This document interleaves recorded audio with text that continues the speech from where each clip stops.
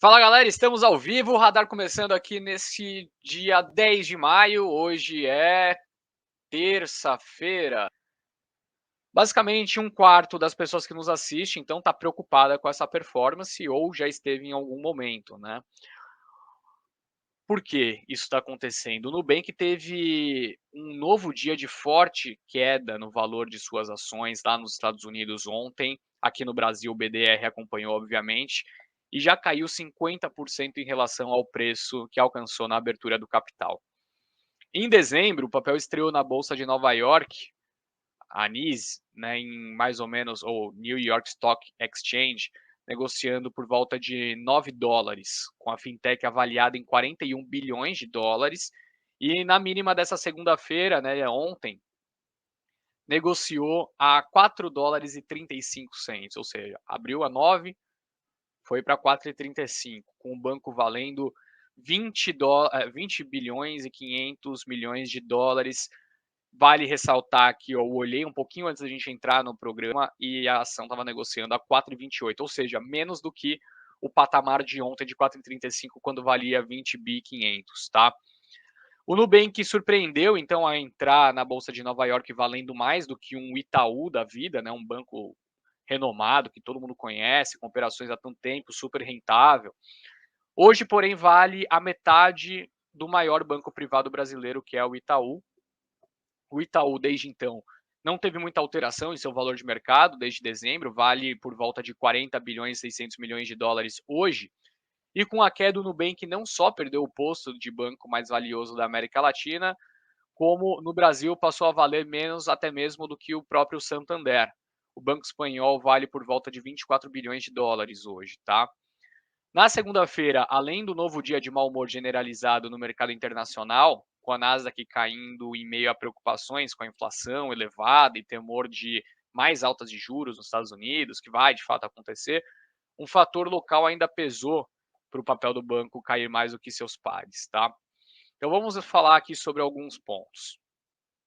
O presidente do Itaú Unibanco, Milton Malui, mostrou cautela na teleconferência de resultado do banco com as operações de cartões, sobretudo no meio digital, que é o principal produto no Nubank. O Malui disse o seguinte: estamos reduzindo em 40% a aquisição de clientes em cartões, por entender que é um produto mais volátil. Malui afirmou que o Itaú tem privilegiado a venda de cartões a clientes que já estão no banco, por já conhecer o perfil de crédito dessas pessoas. O cartão é um produto de relacionamento que ajuda a fidelizar, né, o seu cliente, a instituição, mas mesmo assim eles têm tido cautela diante da alta dos juros, da inflação e da perda de renda da população. Vocês percebem que nosso programa, o Gabriel, né, que está aqui presente com a gente, que nos ajuda a construir o roteiro, ele fez hoje um programa incrível, né? Então a gente começou falando sobre perda de renda da população, falamos sobre trabalhadores informais e veja só, chegamos na parte de Nubank comentando a respeito da declaração que o pessoal do Itaú deu, o CEO do Itaú deu, falando que não estão diminuindo a oferta de cartão de crédito, principalmente nos meios digitais, exatamente por conta da perda de renda da população, que pode gerar um problema muito maior, né? Então pode gerar inadimplência, pode fazer com que haja uma bola de neve a respeito desse problema e pegar na veia, porque é o principal negócio, né? É no que o Nubank de fato é forte. O Itaú é líder de mercado em cartões de crédito no Brasil. Por meio do Itaú Card, da Credicar e do IT, seu banco digital, né, detém cerca de um terço do mercado, de acordo com estimativas, e atrás dele vem Bradesco, depois o Banco do Brasil, Santander e depois de tudo isso vem o Nubank, tá? Aí a gente entra um pouco mais no detalhe da questão da inadimplência. No caso da fintech, analistas de banco como Goldman Sachs e Bank of America esperam uma alta na inadimplência e também nas provisões para calotes no primeiro trimestre, por causa do crescimento das operações de crédito do banco em cartões e empréstimos pessoais num momento de juros em alta. Quando você tem juros em alta, né, a situação pega na veia para essa galera. Os cartões de créditos por exemplo, exigem provisionamento maior, porque são uma concessão de crédito sem garantia. Né? Se você falar que o cara tem um limite de R$ 1.000, você basicamente está dando um crédito para o cara de R$ 1.000. Ele pode gastar os R$ 1.000. Óbvio, depois ele tem que te pagar. Mas e se ele não pagar? Aí ele vai sofrer um juros enorme. Mas e se ele não pagar também os juros? Se entrar, nunca vai te pagar. E aí o banco tem que provisionar. Né? Pode ser uma possível perda. Bom, os bancos não conseguem recuperar ativos cedidos pelos clientes caso tomem um calote. O Bradesco também mostrou cautela com seus bancos digitais ao anunciar os resultados do primeiro trimestre. O, o presidente do Bradesco, né, Otávio de Lazari Júnior, disse, ao falar ali sobre os 3 bancos digitais da casa, ele disse o seguinte: nós vamos privilegiar menos o crescimento acelerado e mais a fidelização, a retenção e a rentabilização desses clientes. Somados, então, o Next, o Digio e a carteira digital Bits, eles já têm 21 milhões de clientes. O Nubank atualmente tem por volta de 54 milhões, enquanto o Inter tem 19.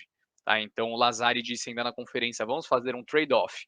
Trade-off é uma troca, né? Você tem 2 escolhas, você não consegue atingir as 2, você tem que aceitar uma e deixar a outra em detrimento. Né? Então, ele disse, vamos fazer um trade-off com crescimento, até porque a gente sabe o que está acontecendo com as empresas de crescimento. Ou seja, vamos escolher a rentabilidade ao invés do crescimento, porque as empresas de crescimento estão sofrendo bastante. Tá? Então, o que está acontecendo com o Nubank é muito, e principalmente o que foi visto ontem, foi muito reflexo desse alerta advindo dos principais nomes, os 2 CEOs do Bradesco e do Itaú. Eles estão falando, cara, a gente tem banco digital aqui também, mas a gente não vai seguir por essa linha de crescimento a qualquer custo, porque o macro está deteriorado. A gente vai priorizar a rentabilidade. A gente não quer inadimplência, a gente não quer fazer provisões de perdas enormes, o mercado odeia isso. E, por outro lado, o Nubank sofre bastante em relação a essa questão, porque ainda não chegou na maturidade de negócio. Eu não estou falando que não pode chegar, o que eu estou dizendo é que o nível de maturidade do Nubank hoje é diferente. Né? O Nubank ainda é um case de muito valor no futuro, de crescimento, a rentabilidade é um sonho futuro, pode até vir a ser muito maior desses grandes bancos. A perspectiva de muito analista que tem recomendação de compra é exatamente essa. A rentabilidade do Nubank lá na frente vai ser muito alta. Entretanto, para chegar até esse momento, né, quando a gente olhava lá para trás com o juro a 2%, o juro global zerado, o IPO que foi feito ainda lá fora, né, com excesso de capital, todo mundo estava confiando em empresas desse gênero e projetando um cenário muito positivo no futuro. Só que aí o mundo sofreu uma reviravolta.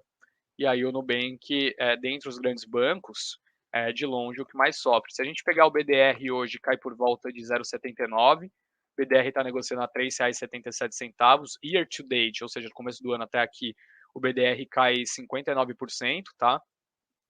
E desde o IPO, o BDR cai 67%. Se a gente olhar a ação listada lá fora, nesse momento apresenta uma queda de 0,5% a 4,36 e saiu o IPO a $9, que é o que a gente tinha citado. Né? Então, realmente, essa questão do Nubank preocupa muitos investidores.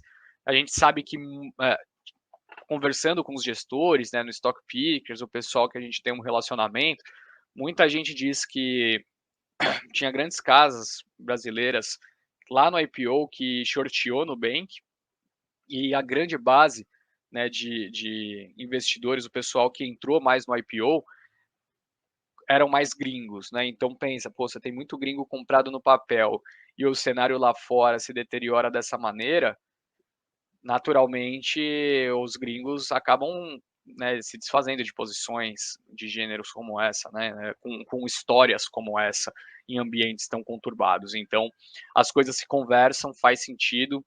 E chegou num nível, né, que eu estou curioso para ver as próximas estimativas que o Sellside vai soltar. Será que a $4 ainda é um patamar de preço esticado para o Nubank? Será que os resultados vão se deteriorar tanto assim?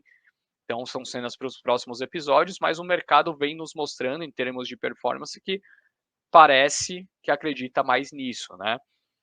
Agora é entender quem está certo e quem está errado nessa história. Maravilha, pessoal. Antes de ir embora, não se esqueçam de deixar o like aqui no nosso vídeo, se você gostou do programa de hoje. clique no joinha, a gente agradece bastante, se inscreva no canal caso ainda não esteja inscrito.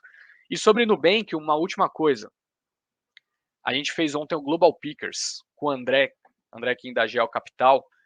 Eles analisam empresas de fora e uma das principais companhias do portfólio é a Berkshire Hathaway, a empresa de Warren Buffett.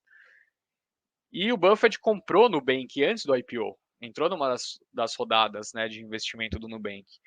Então vale a pena ouvir um pouco o André, se ele acredita que a Berkshire é um bom case, é óbvio que sim, porque é uma das top 3 empresas no seu portfólio, porque ele gosta.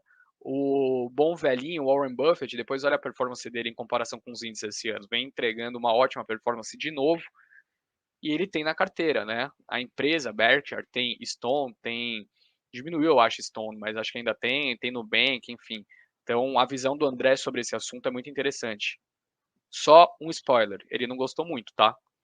Tá lá no canal do Stock Pickers e tá aqui no chat também, porque o Fabão é rápido no gatilho. Clica aqui no link, você já vai ter acesso à live que eu fiz ontem junto com a Jane Lee e o André Kim da Geo Capital.